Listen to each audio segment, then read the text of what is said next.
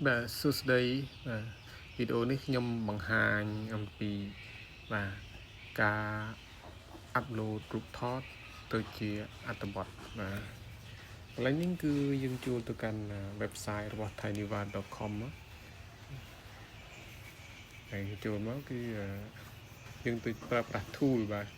hay khăn cả pra tool dân pra tool và image tool tool image tool này cứไม่ทายกวิรุพีบvà image tool មកដល់លើយើងអូសទៅរកពាក្យថាបាទ image to text মানেថាពីរូបភាពទៅកាន់អត្ថបទគឺកន្លែងនេះគឺវាឲ្យអនុញ្ញាតឲ្យយើងប្រើប្រាស់រូបថតបាទឬថតយើងថតសៀវភៅថតក្តារខៀនឬក៏ថតជា slide មេរៀនអីថតមកបានហើយបាទយើងរក្សារូបថតនេះមកគឺដើម្បី upload ចូលគឺឲ្យ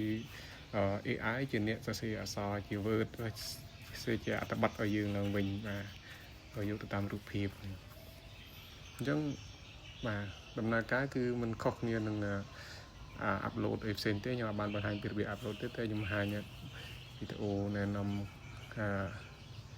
តាមជំហានមួយដោយការបកស្រាយដូច្នេះកន្លែងនេះគឺ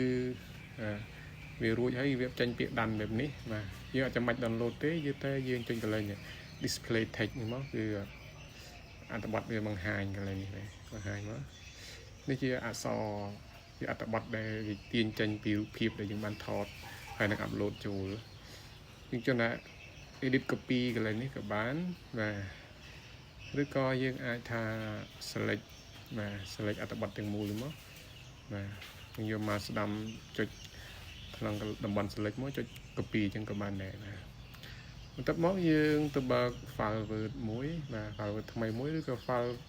ដែលជា Microsoft Word យើងទៅសរសេរកន្លែងណាត្រូវយកបន្ថែមបាទហើយយើងចុចមកស្ដាំមកផាសឬ Control V ក៏បានដែរយើងផាសមកចាញ់បែបនេះនេះគឺជាអត្ថបទបាទដែលមានពីនៅក្នុងបាទរូបភាពមិញគឺបាទនេះជាទីកន្លែងបាទ